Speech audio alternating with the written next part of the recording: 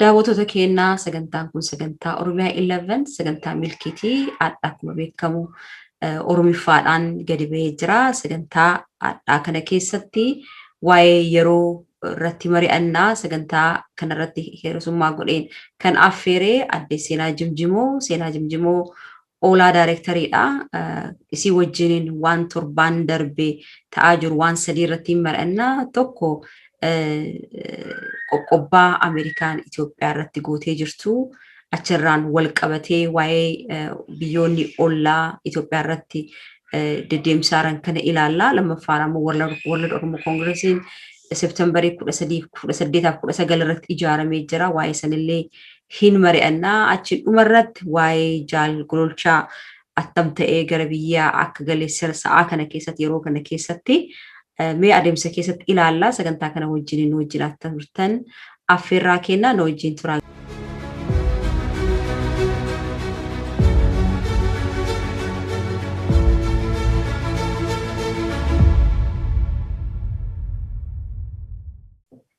Seenaa waamicha keenya dhageettee baga gara Oromiyaa 11 sagantaa milkii nagaa dhufte. Galatoomii dinqituu carraadhaafna. Baay'ee galatoom. Atillee adhamee sagantoota torbaan darbe ta'aa jiru kanarratti marii goona.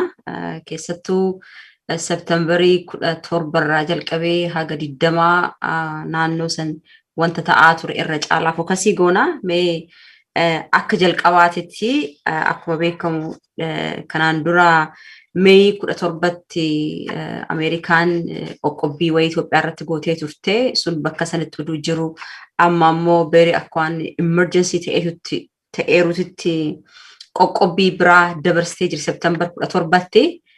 Mee kanneen lamaan walitti qabiiti keessattuu kana maaltu adda godhee arjantii godhe ammaa kun diqqoo meseejiin isaallee jabaa fakkaataa warroonni ollaa Itoophiyaa jiranillee akka duraanii amma callisaan jiran deddeebisaa jiranii achi keessaa kan Naayijeeriyaa hin ka'a.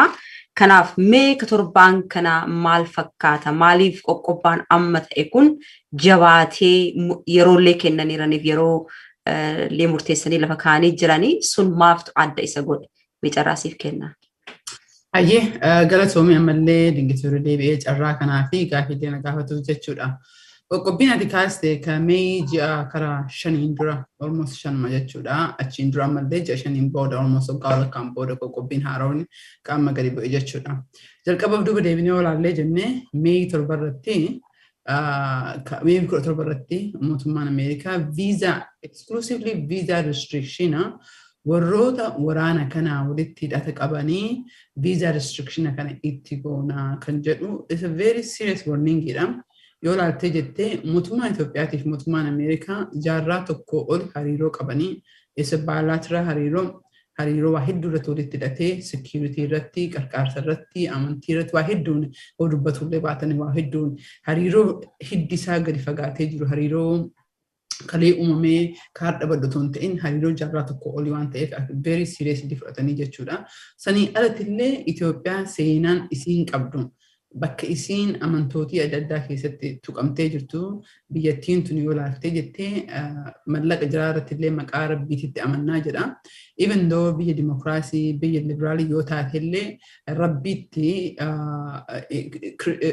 keessatti amantaa kiristaanaa walitti qabeetiin ruutii keessatti qaba. Even constitution illee yoo liberaalii amantaa adda illee yoo ta'ee jedhee garuu bakka adda addaatti yoo agartee jettee even koortii illee godhattee jettee rabbiitti ni amanaa. Rabbii walitti hidhatee jedha. Itoophiyaa amantaa kiristaanaa kanaa walitti qabateetiin hariiroon jira very deep jechuu barbaadeeti.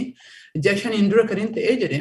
Ji'a 6 dura special envoy appoint godhanii special envoy kana biyyoota baay'eef hin godhan. Biyyoota murtaa'ee biyyoota akka malee interestii karaa national security dhaan ta'ee economy dhaan ta'ee waan adda addaan hariiroo guddaa qaban hariiroo sirreessuuf jecha special envoy bakka buusan jechuun special envoy yeroo gabaabaa keessatti bakka buusanii gara gaanfa Afrikaatti erganii keessattuu waa'ee Itoophiyaa irratti gaanfa Afrikaa haa jedhan malee achi dhaqee inni dubbisee waan mara argeetini adeemsa inni mootummaa Itoophiyaatti deemaa jiru kuni akka jarri deemtutti sirraa waan taaneef kanaafi qoqqophii visa restriction jalqabnaa jedhaniiti akka jalqabaatitti itti godhanii jiran. Visa restriction sun waan xiqqaa miti waan guddaadha dinqitu bakka kanarratti biyyoonni Ameerikaan visa restriction irra keetu baay'een hin jiru. Biyyoota akka hoolaattee jette North Koreaatii fi Iraan fudhatteetiin Afrikaa keessaa fudhattee jette biyyummaan jirtu takkitti qofaa Eertiraa kanneen restriction jirti malee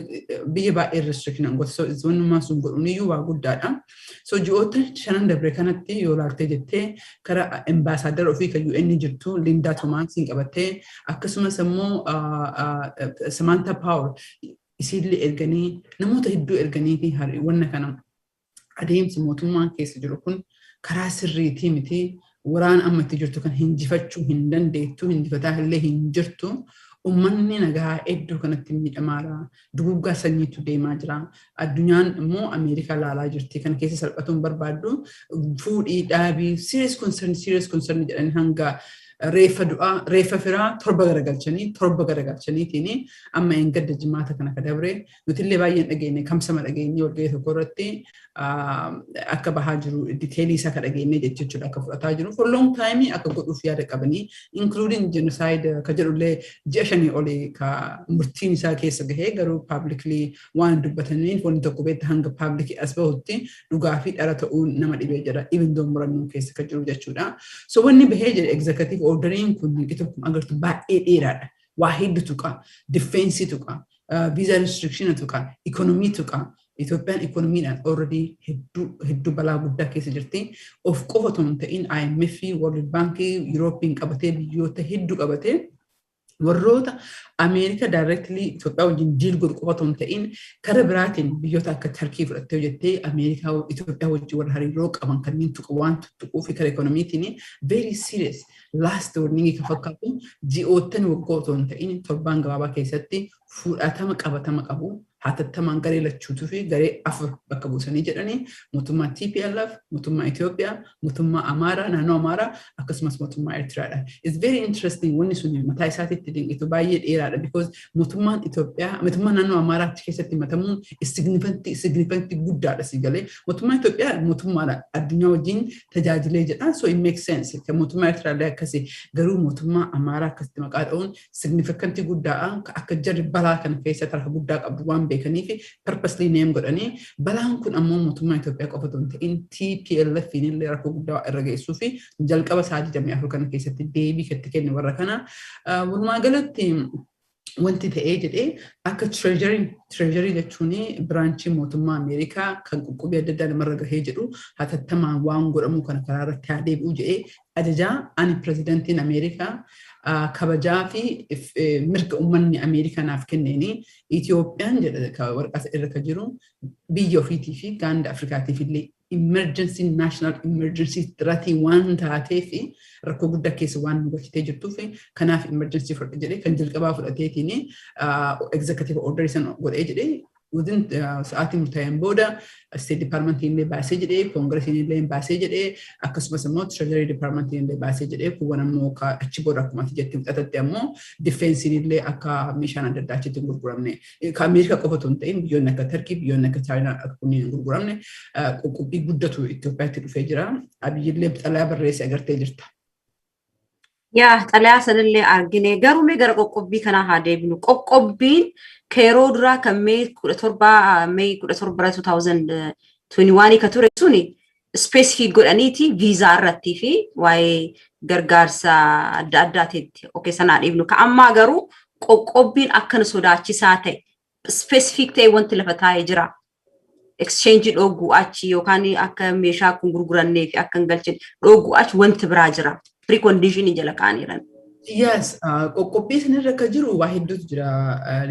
Tokkoffaa akkaataa jira akka jiru. In fact, liistii illee ni qabu. In fact, liistii ji'a shaniin dura kamee keessa baasanii namoota adda addaa amma ilaali ji'a shanan dabre keessatti nama Eertiraa tokko ka abbaa waraanaa jeneraal tokko qofa ka ofishaalii publicly as bahee jedhe jechuudha. Itoophiyaa jeneraalii qoqqobbii irra geenne jedhan malee wanti maqoota gabbaasanii jeneraaltota Itoophiyaa kachirra kaa'anii hin jiru si galee qoqqobbii kana kan adda godhee jedhu Tokkoffaa liistonni qophaa'ee lafa jira yeroo gabaabaa kana Itoophiyaa fi mootummaa Itoophiyaatii fi mootummaa naannoo Tigraay kun TPLF particularly murtoo guddaa fudhatanii lola amma deemaa jiru kana yoo dhufaniif liistii kana gadi hin baasnu kan jedhu. Kan biraa immoo duuba deebinee karaa luu qabnu dingitu. Itoophiyaan akkamirra jirti? Haarri akkamirra jirti? Sigalee nam tokko beektaa? Nama siin loluuf jedhu kana humna isaa laattee jetta. Proportional response wanda jedhan tokkotu jira.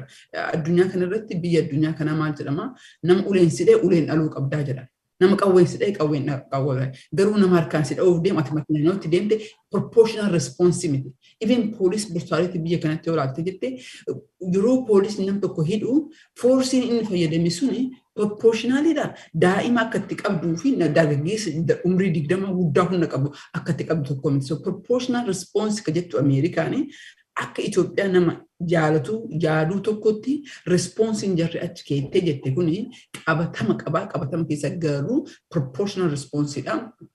Biyyattii Itoophiyaa tana qawweedhaan tokkoffaa dhahuu fedhii bileen qabanii garuu conversation keessa dhufuu jalqabee jira amma garuu ka amma laallee jenne UN'n yeroo 5 moo yeroo 7 waa'ee Itoophiyaa irratti wal qeettee jirti.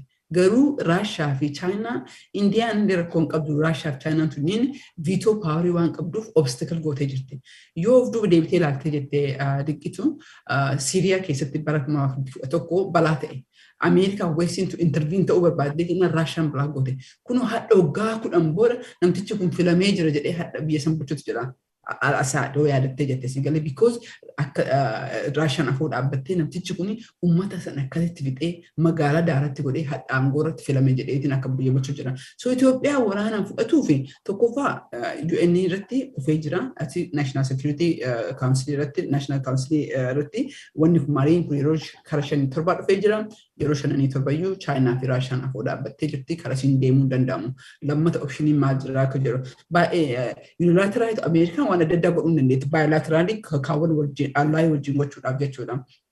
Kara kaan immoo biyyattiin tun akkamii qabdi proportional response kan jedhu sansii galee kadhaadhaanii akkuma agartu kan Tarkii deemee Iraan irraa Chaayinaa waan adda addaa irraa kadhatee sarbaabee jira. Ikonomiin biyyaa already jigee jira. Dippiloomaasiin akkuma agartu ambaasii bakka maraa cufee jira. Qaccee irratti rarra'ee jira. Akka ilaalcha Ameerikaatti ikonomiin sankshiniin kun qofti mataa isaatitti gahaadha. Garuu qoofii qofaa miti akkamitti biyyoota akka Tarkii ka meeshaa waraanaa itti gurguraa biyyi eerpoortii qabsiiseetiin Tarkii irraa mallaqa boru biyyattii yoo aangooti ta'e eerpoortii sii kenna jedhee waadaa seeneetiin wanna kana gurguraa jira. Because mallaqa biraa hin qabu. Warroota kanneen akkam irraa dhaabanii warroota akka Chaayinaa ikonomii intirestii warroota achi keessatti qabu kanneen akka biyya Itoophiyaan tun baatal giraawundi hin taane kan jedhu. Kun ammoo ka adda godhu qabatama ka godhanii ka amma engadda baasan keessa mee keessatti difeensii irratti imbaargoo ittiin goone. Difeensii irratti amma ofishaalii imbaargoo biyyoota hedduudhaa miti waa'ee imbaargoo kana irratti irra jiru.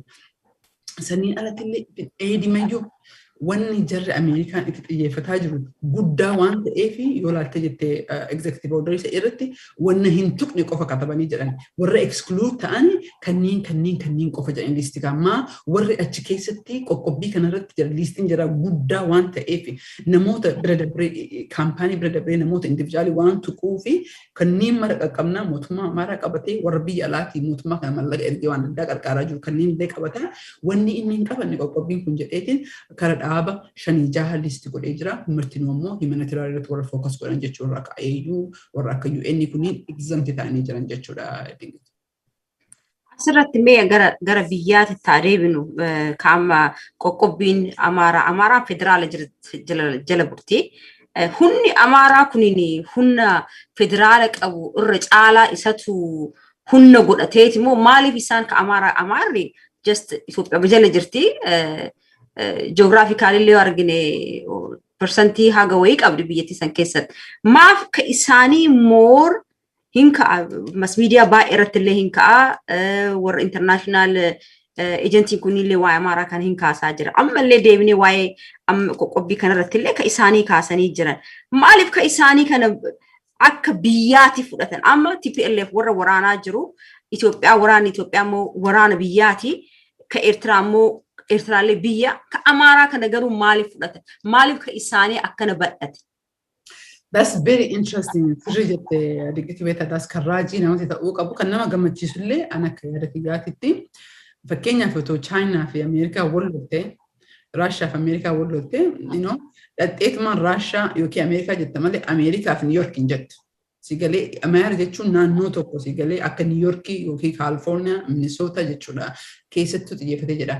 Haa ta'u malee kan addunyaan agartee jettee Itoophiyaan biyya federaalizimii bultu naannoo 10 of keessaa qabdi. Naannoo 10 kana keessa Itoophiyaan biyya guutuu Amaara keessattuu qabatee mootummaa Eertiraa qabateetiin naannoo Tigraay kan jedhamu kana duguuggaa sanyii itti labsiteetiin baatee jirti. Duguuggaa sanyii kanarratti kan dura bu'iinsaan deemaa jiru.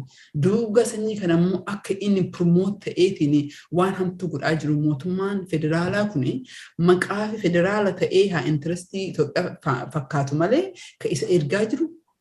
Kana keessatti lola kana keessatti balaa kana keessatti jenosaayidii kana keessatti harki guddaa laaqamee akka jenosaayidiin kun ammoo of duuban deemne kan mootummaa Abiyyi qabee jiru mootummaa Amaaraa ta'uu kana addunyaa yeroo jalqabaatiif ergite. It is very very good akka Oromootitti walaaltee jettee because biyya san keessatti nin beekna tasgabbii kan Itoophiyaa ooggaa jiru Oromoos ta'ee saba Qimaant, saba Somaali, saba adda addaa akka ta'e warra naannoo Amaaraa kana maqaa Itoophiyaatiin nagadaa turan. Duri maqaa Itoophiyaatiin yoo nagadan beektaa ani yaadadhaa dinqitu yeroo baatu ani Oromoodha jettee baataa jarri Itoophiyaa jennu Itoophiyaan maraa include gooti dubbachuun dhooganii afaan qabanii turan.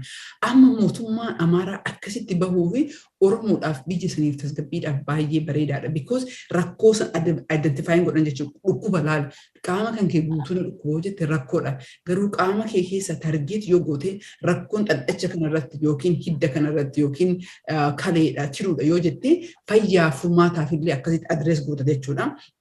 So kan hin fi humna mootummaa Amaaraa badii inni biyya san keessatti geessaa jiru even gaafa jenosaayidiin kun himatamee jedhu warri mootummaan Amaaraa harka guddaa keessaa qabu mootummaa Oromiyaa kana keessatti hin dhageettu mootummaan Oromiyaa kan Oromoo ta'ee otoo hin ta'in ergamtuu yoo ta'ee jedhee mootummaa naannoo Somaalii kana keessatti hin agartu mootummaa naannoo Affaar hin agartu exclusively jenosaayidii kana keessatti ethnic cleansing kana keessatti himata kana keessatti kan dubbatamee jedhe exclusively mootummaa naannoo Amaaraati gatii wanti jarri godhaa jirtu kanaaf. Mee asirratti kabraalee haa kaafu naannoo kana keessaa oduu hin ba'ini. Akkuma qara jenne viitoo paawarii fudhataniiti Chaayinaanii fi Raashiyaan wanta biyya keessa ta'aa jirtu ji'a 5-6 dura na fakkaata biyyattii takka keessa galleetii mirga hin qabnu waan akkasiitiin akka darbu godhamee jira. Amma garuu wanti kun jabaataa dhufaa jira. Naannoon ollaan Afrikaallee akkasuma pireeshariitti godhaa jirti Itoophiyaa irratti Irooppillee akkasii biyyoonni adda addaa sagalee isaanii dhageessisaa jiran. Wanti kun dhaqee gara ICC in case yoo ka deemu yoo taate amma genocide himatamaa jira ethnic cleansing kanallee kanaan durallee himatamee wanti kun wal qabatee garas yoo waan deemu taate Amaaraan hojii gaafatamti moo akka seeraateetti Itoophiyaan walii himatamti. Institutionii mataa danda'e qabdi Amaara. Maaliif isaan kanarratti fookasii godhuu barbaadan? Achirratti immoo kasii dabalu keessattuu dhiyoo kana keessatti Sudaanillee baafteet waan kana baafteet United Nations illee beeksiftee jirti. Waa'ee namoota akkuma hidhamanii gariin elektirikiin gubatee gariin ajjeefamee lagatti gatamee achiin boodallee reeffoota gubaa jiran kanneen CNN illee gabaasee jira waan kanneen kana keessatti irra caalaa warroota kanatti harka qaba jedhanii yoo itti himan isaan addatti himatamanii kun structure uf danda'e Amaaraa qaba akkamitti isaan irratti himannaa akkanaatti banuu danda'an in the long run yoo carraan jiraatee gara ICC International Criminal Court dhiyaachuu yoo jiraatu wanti kun institutionii miti attam godhanii gara akkatti yakka kana dalagan itti yakkatti banuu danda'an. Akkaataa itti ilaaluu qabnu dinqitu maal sitti fakkaata? Otoo mootummaa Itoophiyaa kun mootummaa jabaa ta'e mootummaa qofa himata. Kun amma maal mul'isa? Himannaan Amaaraa jigiinsa mootummaa Itoophiyaa mul'isa. Kanaaf jeneraalii gochuu otoo hin ta'in specifically lola kana keessatti du'iitii kana keessatti ka ammaati kaastee jette qabxii lammataa irratti Sudaan irratti qaamolee hidhamee reeffa du'aa gubataa jiru kan bishaan laga keessaa baasaa jirtu kan haga 30 baasee ka CNN baasee kan jiru keessatti jeneraal Bilaankeetii goonu beekaadhaan bakka dhukkubni jiru san taargee gochuudhaa fi akka maluu fi kanaaf mootummaan Ameerikaayyuu otuma Itoophiyaa jedhee dhiisuu danda'u otoo beeku mootummaan addunyaallee yoo ilaalte jettee wanta Ameerikaan jettu eventually suuta sip ta'eetiin mootummoota kaawwan bira gahee sa'aatii dhumaa kanarratti ammoo Afrikaa yeroo jalqabaatiif dubbataa jirti. Afrikaan dura Itoophiyaa obsiteetiin yoo itti qufa uujuu hin dandeettu amma ol kaatee yoo ilaalte jettee Sudaanii ofiisiitii kaatee naga buusa jettee gaafa kana ammoo reeffa kana ka'amatti kaasee jettee inni maddaa reeffa kanatti bu'aa jiru jechuudha Itoophiyaa himataa jirtu jechuudha. Kun kufaatii mootummaa Itoophiyaa kufaatii mootummaa Abiy tokko mul'isee jedha. Lammata irratti mootummaa Amaaraa addatti himatamuun isaa ka'ati gaafattee irratti ICC irratti gaafa banamsanii specifically resolution kongresiin baasee irratti illee olaatte jettee specifically mootummaa Amaaraa himata. Mootummaan Amaaraa kun mataa of danda'ee qabu because constitution Itoophiyaa illee naannoo 10 bakka himee jira.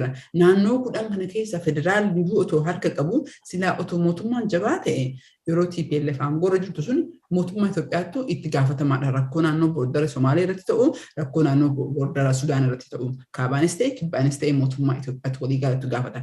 Amma ammoo mootummaa Itoophiyaa kun sharafamee jigeetiin mootummaa naannootti balaa kana oo'isee deemaa jira. In fact mootummaan federaalaa akka of duuba hin deebine mootummaa naannoo kanatti balaa itti uumaa jira. Kana addunyaan agartee fudhattee kun ammoo jechuun gaafa ICCtti himatamanii jedhanii mootummaan Amaaraa kan aaree baasee jira maalii fi Itoophiyaa jala jirraa addatti taargeen nu godha akka jedhan because himata dhufiinsa kanarratti warri mootummaa Amaaraa keessa jiru ofuma mootummaa Itoophiyaa jeneraalii himatanillee jeneraaltota sigalee warra kana kara tokko waraanatti kanama erganii kara kaanii mallaqaanii gaara adda addaatiin qarqaaran akka federaalaatitti garuu keessatti ammoo mootummaa naannoo Amaaraa ka aangoo irra jiru ka aangoo irra ture ka waan kana cufa deeggaree jedhee in addition to the federal addatti jira akkuma mootummaa biraatitti himatuuf deeman jechuudha. Even Sudaan illee rakkoo mootummaa Amaaraa wajjin qabduu fi kun waa maraafiyyuu mootummaa Amaaraa cinqaa keessa galcheetiin isaan iyyuu akka bineensatti rakkoo Itoophiyaa akka oofaa jiru kana isaaniif hamaadha akkasitti ilaalee jedha. Oduu executive ordering kun hin darbin dura September 17 hin darbin dura yoo qabattu white envelope jedhaniiti association yookaan organization ka siyaasaa haa ta'u ka biyya keessa jiran kunniin gara White House xalayaa wayii erganii jiran. Wanti sun ergamee sa'aa 24 keessatti orderiin kun kabaye yookaan ammoo qoqqobbaan kun kabaye. So mootummaa Itoophiyaatiif wanta dhufaaru kana neglect akka godhu yookiin ammoo abdii ummanni abdii akka qabu godhaniiti yookaan wanta abdiin hin jirre keessattuu yeroo addaa kana beelli jira dhibeen jira namni du'aa jira mootummaan kana dhagaat akka wanti tokkollee dhalalle godhatee dabarsaa jira. Warri achi keessa jiran ammoo warri ummata keessaa bahee dhaaba qaban, association qaban, institution guddaa qaban kunniin ammoo kun udu akkana jiru mootummaa bira dhaabbachuu isaanii qoqqobbaan Ameerikaan Itoophiyaa irraa goote akka sirrii hin taane white envelope jedhaniiti yoo argitee jiraatte ergaa tura wanti sun udu jiru waliin sa'aatii 24tti orderiin kun kabaye. Kanaaf akka mootummaa Itoophiyaatitti tarkaaffii yeroo yeroodhaan addunyaan pressure itti uumaati. International media pressure itti uumaati. Achirra darbeet ummanni jiruun isaatti hadhaa'ee akkana laaluun isaa maalirraa kan ka'e. Dhuguma biyyattii san du'a amma jirturraa oolchuudha moo aangoo ofii akka barbaadan qabatanii taa'uudha moo intention isaanii maali? Mee kanarratti yaada kenniti gara kaaniif darbina. Hayyee dinqaatiin gaafii very interesting kaastee jette because mootummaa Itoophiyaa kun gar tokkoon olaaltee jette abdii kutatee jira. Addunyaarra abdii kutatiinsa ammeenna embaasiin isaa bakka maraa cufee jira. Nama haasa'uu dhiisee jira.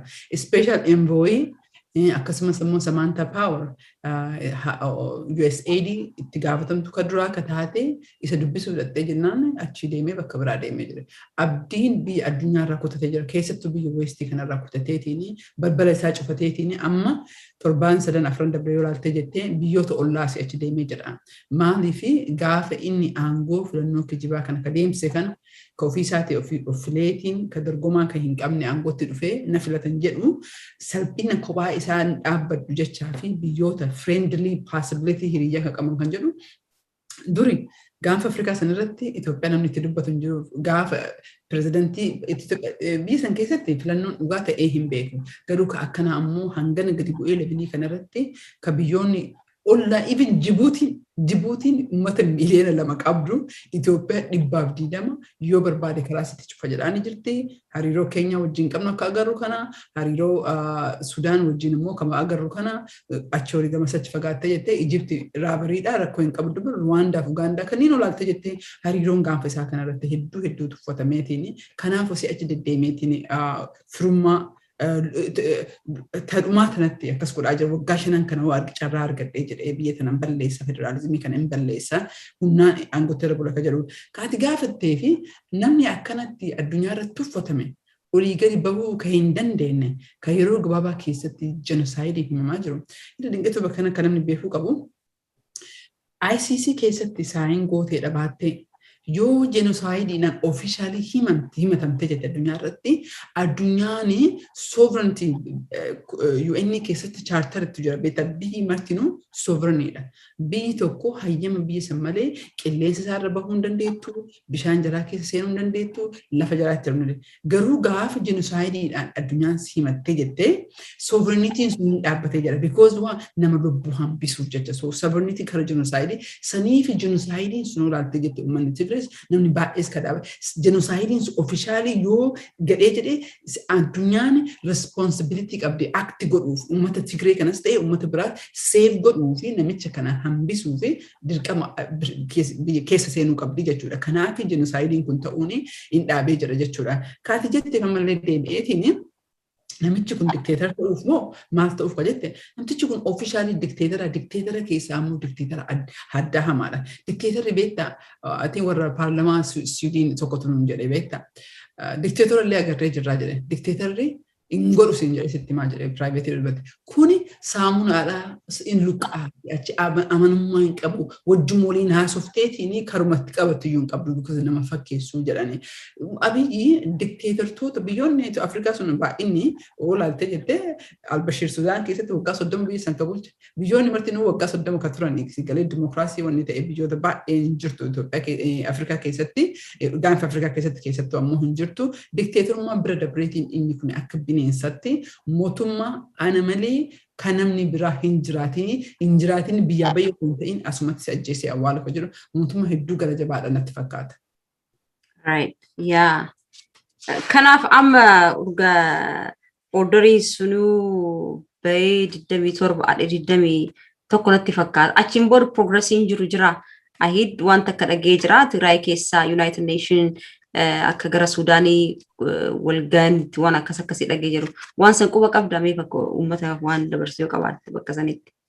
Yaa kalee ofiisa sanatar tokko wal kennee ofiisa irratti sabaaf sablammii gara 5 wal gahee ture warra Tigreellee qabatee xiqqoo cimcimtaan jiru akkuma ati jette hanga orderiin jimaata bahee 17 irraa hanga dhaa kanatti tokko mootummaa naannoo Tigraay executive orderii kana waan sirriidha nuti qophiidha qabxii kana yoo godhan jedhe mootummaan Itoophiyaa achi as ammoo xalayaa boo'ichaa ergee jira. Of tuulummaa ergee jira sun ammoo akkuma kolfaa ta'ee achumatti hafee jira. Haa ta'u malee sirees akka taate Itoophiyaa qofa otoo hin ta'in Keenyaa mootummaa kan duraanii pirezidantii kan ture kan Naayijeeriyaa eeyyuu akkasi biyyoonni kun waan kun akka sirees ta'e Ameerikaan kan jara murtee waan itti himtee jirtuuf dhugaa akka qaraa san sossobuu fakkeessoo otoo hin ta'in dhugaa itti himaniitiin kara Sudaan kana diteelii hin qabu kara Sudaan kanatti at least nama akka erge tokko dhageenyee jirra kara sooshaal miidiyaa irratti illee babbahee jira garuu diteelii keessaa hin qabu. Hope wanti gaariin dhufa jenneeti abdannaa mee gara kana keessaa baanee mee gara World Oromo Congress walgayii ture Septembarii 18-19 namni baay'eetu bahee namoota baay'ee participate godhee achi keessaa atillee hin jirta mee hafurri walgayii sanii maal fakkaata mee isarra nu deemu. I think galatoomii dinqee gaafii kanarratti na gaafatu keetii fi because torbee dabree miidiyaa shabboo irratti dhufeetini hariiroo kiyyaa kan warri koongirasii hojii qabu hin deemtamuu hin deemtu maaf deemtaa maaf koongirasiin kun maali kan hin jedhu na gaafataa turanii anillee akkuma gaarii deebisinatti fakkaata. Wanti guddaan kanarra akka dubbachuu barbaadee jedhu dinqitu Oromoo keessatti waan tokko irraa fagaattee halaal taatee ilaaluu sodaachuu irraa keessa seentee itti dhiyaattee sirreessuu wayya jedhee waan akka nam tokkootitti akka dhaabatti illee waan amannu tokkoof itti dhiyaannee jedhe jechuudha. Kara biraatiin ammoo wanni kun perfeektii ta'eef miti. Hanqina hedduu qaba. Garuu baay'ee wanta impoortaantiidha. Carrama kana fudhadhee akkasitti dubbadhee jedhu. Septeembarii waggaa har'aa nuti konvenshinii guyyaa 3 goonee turre. Oromoo bakka 7-8tti qoonnee dargaggoota, dubartoota, koomunitii, rogeeyyii adda addatti qoonneetiin wanna akka Global Oromoo Congress jennee Diseembarii irratti piroojeektii keenya jalqabnee turre. Achi booda waan rakkoon adda addaa dhufee hunger strike dhufeetiin iddoo keessatti dhiisneetiin jennee mee kana keessatti gareen iskeel fa'a piroojeektii wayii irratti nullee waamanii jechuudha. Waamanii yaada kan nuuf kennanii nullee yaadni kun bareedaadha yaada keenya wal fakkaata tiima keenya keessaan hin dhaqne tiimni keenya dhaqee yaadni kun yaada bareedaadha jedhee achi booda ji'a 7ffaa keessatti 8ffaa keessatti World Congress ka jedhamu nuuf erganii jedhanii jechuudha. Yaadni kun of course akkuma amma siin jedhee saniin dura ji'a 8 saniin dura yaada similar maqaan isaa Global Oromo Congress kan jedhu jalqabnee turre amma wanna kana waan wal fakkaatu jennee walirratti dubbannee yeroo baay'ee waliin haasofnee atillee ka jirtu kaan hin beeku gaafa Minnesota irratti illee sagantaa Agoostii 1 irratti waliin dhiyaannee turre jechuudha. Wanni kun akka namni keenya ka beeku ka barbaadu akka wallatti illee akka nam tokkotti illee rakkoo Oromoo kan har'aa katoo hin ta'in ka jenereeshinaan deebisee jedha. San ta'uuf ammoo amma akkaataan itti dhufee jedhe reefi hanqina hedduu of keessaa qaba. Uummanni achitti dhufee jedhee uummanni kanarratti hirmaatee jedhee guyyaa tokko guutuu ganama hanga sa'aatii 7 wayii achirra turre hedduu jijjiirraa akka godhan yaada kennee jirra. Nama 79tu itti filamee jedhee naannoo Oromiyaa akka amma jirtu irratti naannoo 24 irraa walitti fidanii jedhanii akka lakkoofsa ummataatiin kara feer indimokiraatik ta'ee walitti dhufee jedhee hanqina qabu kanneen ammoo akkamitti akka adreesii qabu kan jedhu kanneen illee yaada kanneen illee himatanii kanneen qabxii mara fudhatanii itti deebinee koongiressii itti aanu irratti wayyeessinaaf kan jedhuuti koongiressiin kun namoota 79 naannoo 24 irraa walitti qabamee dhufe namoota kana keessa doktoratu jira namoota kana keessa warra Yuroopitu jira warra Ameerikaatu jira warra Kanaadaatu jira dubartiitu jira dargaggoota jira warra mara jira wanna kana bareechisna kan jedhu sanbata xiqqaa ka dabree warra 79 kun ammoo wal ta'eetiin nama 3 keessaa filee koongiressii kana dura buutu itti aantuu fi barreessituu filanii jedhanii warri kuni hanga koongiressii itti aanutti dalagaan jira qabxiilee uummanni amma kakaa'e kana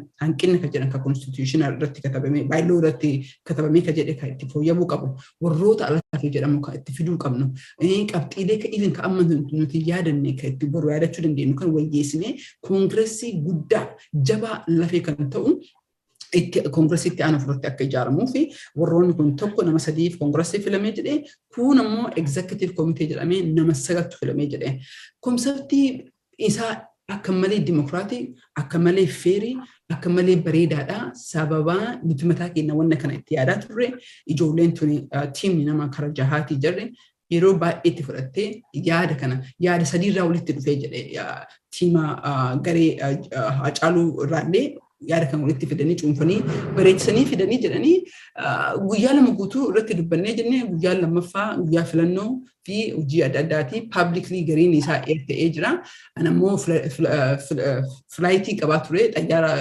waan hin qabuu fi jarjareetiin deemee jedhee otoo biizii ta'uu dhugaa sitti mee jedhe sagantaa isaa irratti hirmaadhee jedhee sagantaa san kan irratti hirmaadheef jedhee fi because duubatti hafnee tiyya qofa haa taatu osoo hin ta'in wanni kun Oromoodhaaf gaafii deebii guddaa ta'a.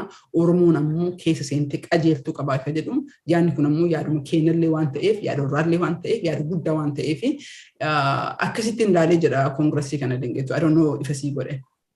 Yaa baay'ee gaariidha.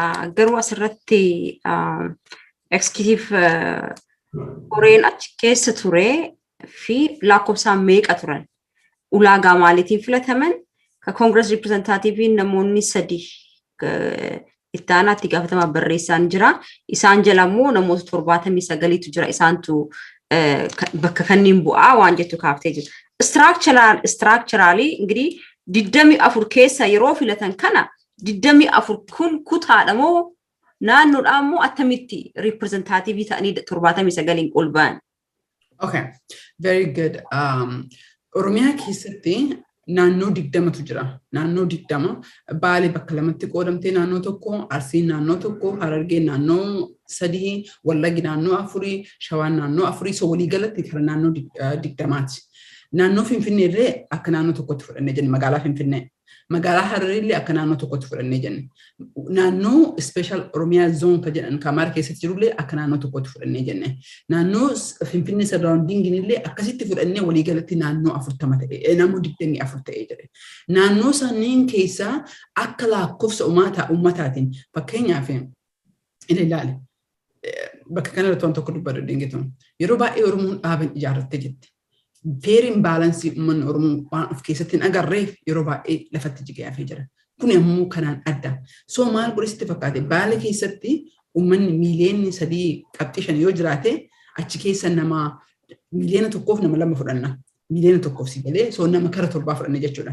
Naannoo Harar keessa namni miiliyoonni 6 yoo jiraate nama 12 fudhanne jechuudha. Naannoo Wallagga keessa naannoo Boorana keessa akkasitti lakkoofsa uummataan proportionally kara ta'e karra xiqqaa amma fakkeenyaaf naannoo Hararii keessa Oromoon achi jirtu miiliyoona 300 yoo taate nam tokko kennineef jechuudha. Anybody miiliyoona walakkaa gadi kan ta'e nam tokko kenni. Akkanatti gara feer ta'eeni naannoo mararraa walitti finnee 70 Boorana itti daaneetiin 79 ta'e Boorana tokko qabaa ture 2 godhaniitiin naannoo Boorana 2 akkasitti naannoo mara walirratti fidanii naannoon 24 Oromiyaa keessaa akka dhufe achi keessa baay'ina ummataatiin proportionally 79 akkasitti dhufe jedhame. Data accurate data argattamoo just average fudhattan.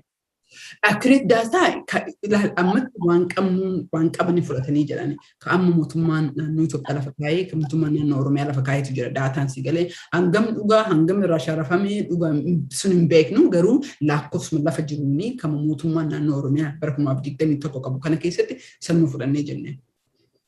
Okay, kun amma Congress of Representatives kunini nama 79 kun amma 79 kunniin warruma ala biyya alaa jirutu 79 moo biyya jechuun addunyaarra achi keessa at least information ka argachuu danda'an biyyarra waan ta'eef warra sana attamitti ilaalan.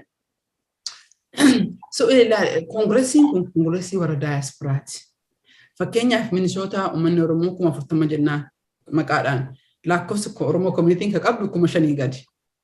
Kuma tokko waggaa darbe 1,400 qabdi. Portland Oromoon akka dhagahetti kama 10,000 jedhan.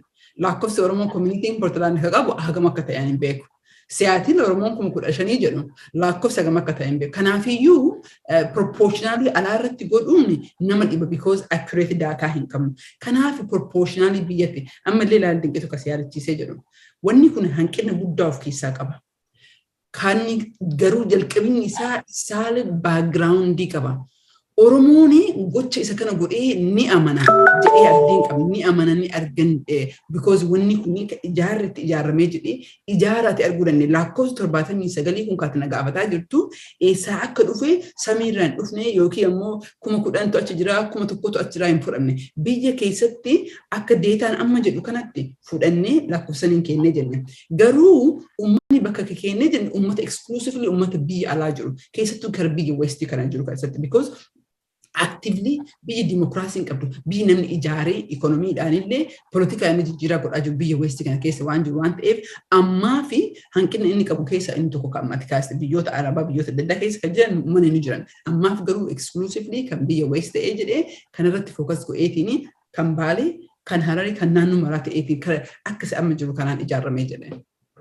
Kanaaf jalqabni isaa gaariidha yoo walgahii duraa yookaan ammoo ufaafot sirraa dhufaa jechuudha because transparency guddaan ummataa fi kongresii kana jidduu jiraachuu waan qabu waan kana deddeebee kaasee kanaaf executive namoonni koree hujiraa hojiiftu keessa jiran lakkoofsaan meeqa turan? Yaa ni Akkamitti filataman ulaagaan isaa walitti dhufan achi keessaatillee hin jirtaa? Ulaagaan maaltu akkuma namni vootii godhaa nama filatamoo ulaagaatu ture. Akkaataan itti filamee jedhee isa irrattanillee beekamu xiqqoon gabaabsiisitti miyoo jedhee dinqitu lamallee irra deebi'ee kan hin dubbadhee jedhu uummanni baay'iloo san irratti ka ejensiitii fi ka koongiresiillee yaada hedduu itti kennee jira. Bakka hanqina hedduu itti dubbatee jira. Kanneen mara fudhannee amman digoonee wanni kun akka Oromoof ta'u akka Oromoon laaltee bittotoon ta'in dalagaa koongiresii kanarratti uummanni Oromoo amantii itti godhatee jira. Olaantummaa seenaa, olaantummaa isqeel, olaantummaa nam tokko otoo hin ta'in olaantummaa Oromoon abbaan fe'e keessaa biyyatti galee abbaan fe'e keessaa goobanni ta'ee instituushinni kun instituushinii dimokiraatika ta'een deemuu danda'a. Instituushinii kana ta'u kanaa ol ka dimokiraasii an argeen beeku ofii keenya akkuma jalqaba irratti siin jedhe yaada wal fakkaatu kana ji'a 10 dura wanta irra dalagaa turre. Akkanatti nama ijaaraa turre. Garuu amma karaa ammayyaa ka ta'e match better ka ta'e jarritu irra dalagdeetiin saniif itti hirmaannee saniif anillee jooyin goonee jenne wanta Oromoo kunaaf baay'ee barbaachisaa waan ta'eef. Amantummaa Oromoon dadhabee jira si galee hadhan ijaaramaa boruun jiga. Hanqina hedduu qaba. Hanqina kan koongiresiin dalagaa isaa the first priority hanqina uummanni koongiresii kana irratti achitti kana dubbatee jedhe kana hojiirra oolchuudha. Qabxii lammataa wanna koongiresii itti aanuuf akkamitti namoota kaawwan hammatee jedha. Sadaffaa irratti akka yaada kiyyaatitti emergency wanna amma deemaa jiru kanarratti emergency akkamitti deebii kennuu danda'a. Oromoon 79 naannoo Oromiyaa guutuu walitti dhufee jechuudha. Warroonni sagalee kaatee akkamitti filamtanii filame ka jettu kana 79 kunniin kaawunsilii membarii jedhama. Because akkuma siin jedhe kun Arsii, Harargee, Boorana, Shawaa, Gujii naannoo Oromiyaa guutuu bakka bu'ee dhufa. Warroota kanatu jalqaba warra mana bulchuu nama 3 fidee jedhe. Itti aanee executive committee kun warra day to day halkanii guyyaa waliin dalagee hojiirra oolchuu jechuudha. Warra sagaltu filamee jedhee kiraateeriyaa kana qabanii otoo hin ta'in uummatatu naamineeshina kenne namoota hawwa dogongoruu baay'ee kara nama 16 moo akkanatu naamineeshinatti maqaan ka'ee jedhee 16 kana keessaa filatamaniitiin uummanni sagalan kun duubatti hafanii jechuu barbaadeeti. Yaada biraallee inni qabaa hiriira irratti amma garuu xiqqoo isaatiin nagahaa jira sanuus yaadachiisuu barbaade dinqe. Baay'ee galatoom. I think waan kanarratti illee deebinee irra hojjechuu qabna because waa'ee diversity irratti illee wanti baay'ee waan ka'aa jiruu fi I hope gaaf tokko warra raayipirsanii waliin hin qabaanna jedhee yaadamee kana keessaallee haa boonu. Keessattuu torbaan darbe keessattuu wanta baay'ee qabatee dhufeera. Akkuma isin jedhee executive orderiin mootummaa Ameerikaa irraa bahillee guddaadha. Achiin boodallee waa'ee ijaarsi oollisillee waan guddaadha. Achirraan hafeellee social media irratti baay'ee gurra kenna haga duuchuu yookaan ammoo akka haga argaat enjoy godhaa turre tokkollee hin jira waa'ee jaalgalchoo mee waa'ee nama sanii waa'ee nama jaala sanii attam ta'eet amma gara biltsigannaatti deebi'ee eessa ture wanti sun diqqoo uummata keenya biratti dukkana. Nama kana keessa isaa baay'eellee warri beekan warri qabsoolee waliin turan ka jedhanii fi adeemsi amma dhagamaa jiru kun ammoo adda waan ta'eef mee waa'ee nama sanii waan jettu yoo qabaatte carraasiif kenna. Yaa gollicha amma torbaan lama dura kelloo irratti dhufee fonqolchi narra godhamee jira jedhee uummata keenya shaak godhee jedhee torbaan lama booda ammoo biyyatti mootummaa kanatti galee jedhee katina gaafatte saniin dura waan tokko dubbachuu barbaada yeroo fayyadamu jecha because ka'ama koongiresii kanallee hedduu bal'inaan akkuma jettee itti deebinee haasofuu barbaada akka uummata keenyaa galuuf. Qabximmaan barbaannu wanni ijaarame kuni akkam akka bareedaa ta'e Oromoon akkamitti akka itti hirmaatu qabdi maaf itti hirmaannee rakkina hedduu qaba.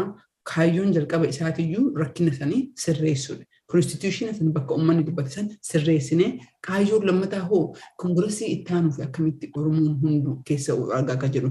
Kaayyoon sadaffaa ammoo akka yaada kiyyaatitti waa'ee emergency amma jiru kanarratti akka deebisuu jechuudha. Kana godhuuf namni keenya itti hirmaachuu qaba. Namni keenya beekuu qaba. Namni keenya gaafatuu qaba. Wanni kun hedduu bareedaadha siin jedha.